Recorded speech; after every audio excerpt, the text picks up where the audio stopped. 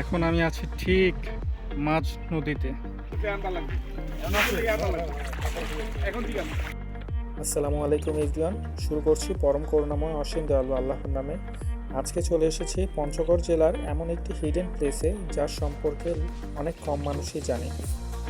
লোকালরা জায়গাটিকে কাঠের ব্রিজ নামে চিনে, আর অবাক করা বিষয়, ব্রিজটির দৈর্ঘ্য লম্বায় প্রায় 1 কিলোমিটার।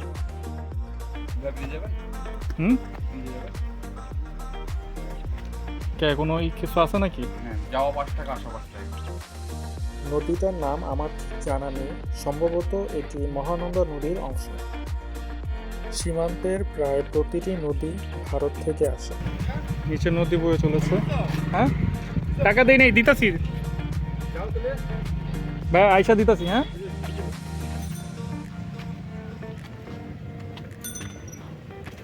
চিন্তা করেন, পুরাটাই কাঠ, এর উপরে দিয়ে বাইকও যায়, সাইকেলও যায়, নিচে যাচ্ছে নদী। সুবহানাল্লাহ, কত সুন্দর। ভারতের উজান থেকে জন্ম নেয়া এক খরস্রোতা নদী, পাহাড়, বন আর পাথরের গল্প বয়ে নিয়ে যে নদী এসে মিশেছে বাংলাদেশের উত্তর প্রান্তে। আজ আমরা দাঁড়িয়ে আছি পঞ্চগড় জেলার সেই নদীর বুকে, যা হচ্ছে মহানন্দা নদী। এই নদী শুধু পানি নয়, এই নদীর প্রতিটি ঢেউয়ে আছে জীবন, সংগ্রাম আর প্রকৃতির এক নিঃশব্দ ভাষা। আমাদের সামনে কাঠের যে ব্রিজটি দেখা যাচ্ছে তা প্রায় 1 কিলোমিটার লম্বা। এই সরু কাঠের ব্রিজই দুই পাড়ের মানুষের একমাত্র যাতায়াতের ভরসা। দূরে যেই মানুষদেরকে দেখা যাচ্ছে তারা মূলত নদী থেকে পাথর সংগ্রহ করে জীবিকা নির্বাহ করেন। নদীর পানি ভারতের বিশাল বিশাল পাহাড়গুলো থেকে বয়ে আসার সময় ঝর্ণা বা বিভিন্ন মাধ্যমে স্রোতের সাথে বয়ে নিয়ে আসে মূল্যবান পাথর, যা নদীর তীরের স্থানীয় মানুষ সংগ্রহ করেন। কেউ খালি পায়ে, কেউ কাঁধে ঝুড়ি নিয়ে নদীর বুক থেকে তুলে নেয় জীবিকার সম্বল। প্রকৃতি এখানে নিষ্ঠুর নয়, কিন্তু সহজও নয়। প্রতিদিন নদীর সঙ্গে লড়াই করে এই মানুষগুলো টিকে থাকে। এই কাঠের ব্রিজে দাঁড়ালে দুই পাশে চোখ জোড়ানো অপরূপ সৌন্দর্য। দূরে সবুজ বনভূমি, মাঝে বিস্তীর্ণ নদীর বুক, আর আকাশ যেন সবকিছু ঢেলে রেখেছে এক নীল প্রশান্তিতে। একটি নদী আর অসংখ্য জীবনের গল্প। যদি কখনো পথ হারিয়ে ফেলেন, শহরের কোলাহল থেকে দূরে যেতে মন চায়, তাহলে এই মহানন্দা নদীর তীরে এসে দাঁড়ান।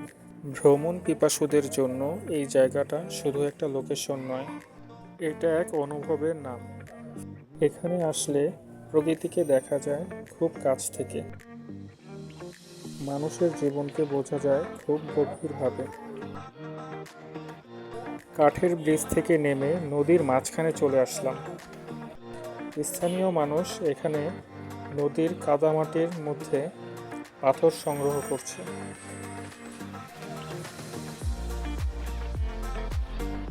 কোনো আধুনিক সরঞ্জাম নেই, লোকালরা নিজস্ব প্রযুক্তিতে কিছু সাধারণ সরঞ্জাম নিয়েই এই পরিশ্রমের কাজগুলো প্রতিদিন করে থাকে।